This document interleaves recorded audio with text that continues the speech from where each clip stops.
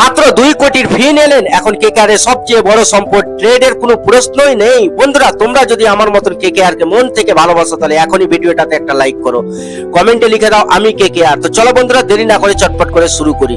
বন্ধুরা, আইপিএল ইতিহাসে এমন অনেক ঘটনা ঘটেছে যেখানে কোনো দল খুব কম দামে একজন ক্রিকেটারকে কিনে পরে সেই ক্রিকেটার পুরো টুর্নামেন্টের চেহারাই বদলে দিয়েছে। আর আইপিএল 2026-এ যদি এমন একজন ক্রিকেটারের নাম বলতে হয় তাহলে তিনি হলেন ফিন এলেন। কেকেআর যখন মাত্র 2 কোটি টাকায় ফিন এলেনকে দলে নিয়েছিল তখন অনেক ক্রিকেট বিশেষজ্ঞ এবং সমর্থক বলেছিলেন এটা কি ঠিক সিদ্ধান্ত।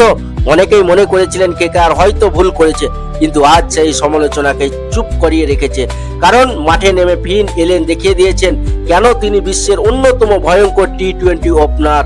আইপিএল 2026-এ কেকেআর এর হয়ে ওপেন করতে নেমে তিনি শুরু থেকে বিধ্বংসী ব্যাটিং করেছেন। পাওয়ার প্লেতে বোলারদের ওপর যেভাবে আক্রমণ করেছে তা প্রতিপক্ষের পরিকল্পনা ভেঙে দিয়েছে। শুধু তাই নয়, দিল্লির বিরুদ্ধে তিনি একটি দুর্দান্ত শতরান করেন যা কেকেআর এর অন্যতম স্মরণীয় ইনিংস হয়ে থাকবে। এখন প্রশ্ন হলো, এমন একজন ক্রিকেটারকে কি কেকেআর এখনো ছেড়ে দিতে চাইবে? আমার মতে একদমই না।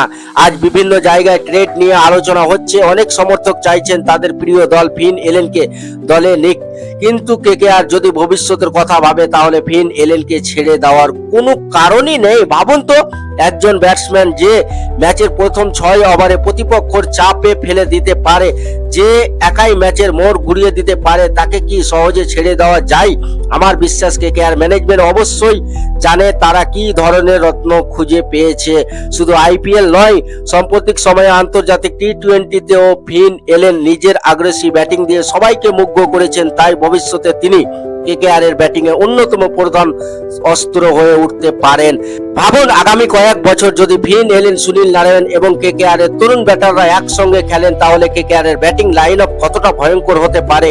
আমার ব্যক্তিগত মত হলো কেকেআর যদি দীর্ঘমেয়াদী পরিকল্পনা করে তাহলে ফিন এলেনকে ঘিরে ভবিষ্যতে দল গড়াতে পারে, কারণ এমন বিস্ফোরক ওপেনার বারবার পাওয়া যায় না। মাত্র 2 কোটিতে এমন একজন ম্যাচ উইনার পাওয়া, এটা সত্যি কেকেআর ম্যানেজমেন্টের অসাধারণ সিদ্ধান্ত। তাই যদি ভবিষ্যতে ট্রেড নিয়ে গুজবও শোনা যায়, আমি মনে করি কেকেআর এর উচিত হবে ফিন এলেনকে নিজেদের সঙ্গে রাখা।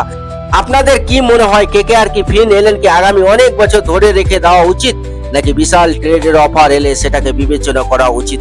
কমেন্টে অবশ্যই আপনার মতামত জানান। ভিডিও ভালো লাগলে একটি লাইক দিন, চ্যানেলটি সাবস্ক্রাইব করুন এবং কেকেআর এর সব আপডেট সবার আগে পেতে পাশে থাকা বেল আইকন অন করে রাখুন। আমরা আবার ফিরে আসবো কেকেআর এর নতুন খবর নিয়ে। ততক্ষণ পর্যন্ত আমি কেকেআর করবো, লড়বো, জিতবো রে, আমরাই কেকেআর।